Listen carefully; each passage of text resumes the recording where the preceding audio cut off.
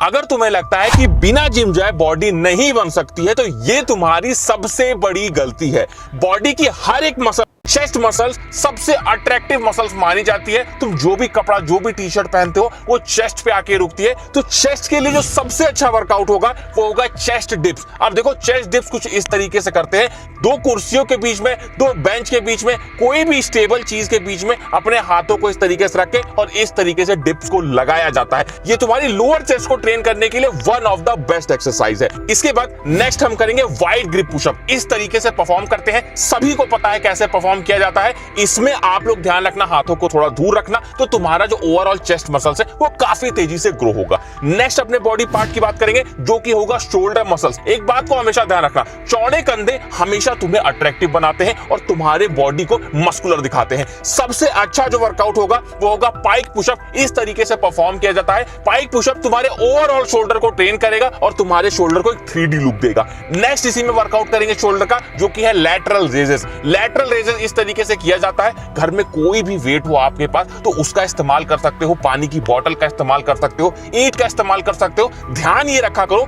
कि बस तुमको अपनी मसल्स पे प्रेशर डालना है, चाहे वो किसी भी तरह से तुम प्रेशर डालो, चाहे डंबल का इस्तेमाल कर लो या फिर बोतल का इस्तेमाल कर लो। वजन होगा तभी तो शोल्डर पे प्रेशर पड़ेगा। इस तरह से वर्कआउट को परफॉर्म किया जाता है।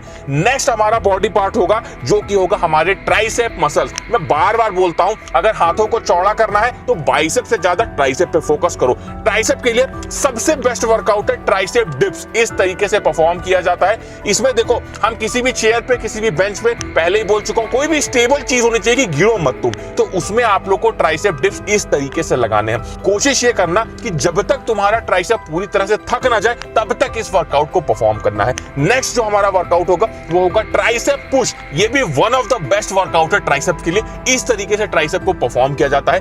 ये जो वर्कआउट है ये तुम्हारे ट्राइसेप के लॉन्ग हेड और शॉर्ट हेड दोनों को ही ट्रेन करता है। तो ये बहुत अच्छी बात हो गई कि तुम एक वर्कआउट से अपने दोनों हेड के ट्राइसेप को ट्रेन कर पा रहे हो। इस तरीके से परफॉर्म करेंगे, जितनी देर कर पाना ये तुम्हारे ऊपर डिपेंड करता है। इसके बाद में नेक्स्ट वर्कआउट है हमारे बाइसेप के लिए, जो हमारा सबसे फेवरेट बॉडी पार्ट है। सभी को बाइसेप ट्रेन करना अच्छा लगता है, लेकिन घर पे रह के बाइसेप की कौन सी एक्सरसाइज करोगे जिससे बाइसेप तगड़ा बनेगा? सबसे आसान, सबसे अच्छी एक्सरसाइज है बाइसेप पुल। इस तरीके से परफॉर्म किया जाता है। इसमें तुम्हारे बाइसेप पे बहुत ज्यादा प्रेशर पड़ता है।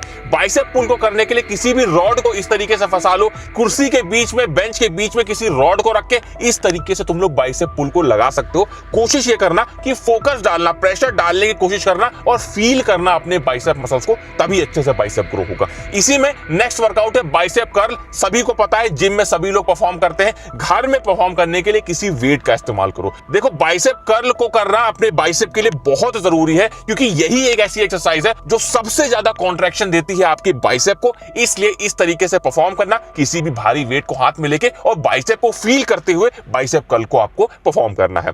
नेक्स्ट बॉडी पार्ट की बात करते हैं जो आपको देखने में चौड़ा दिखाता है। अगर आप चौड़े नहीं दिखोगे तो बॉडी बनाने का कोई फायदा नहीं है। इसके लिए बैक को ट्रेन करना जरूरी है। जितनी चौड़ी बैक होगी उतना शरीर देखने में चौड़ा लगेगा।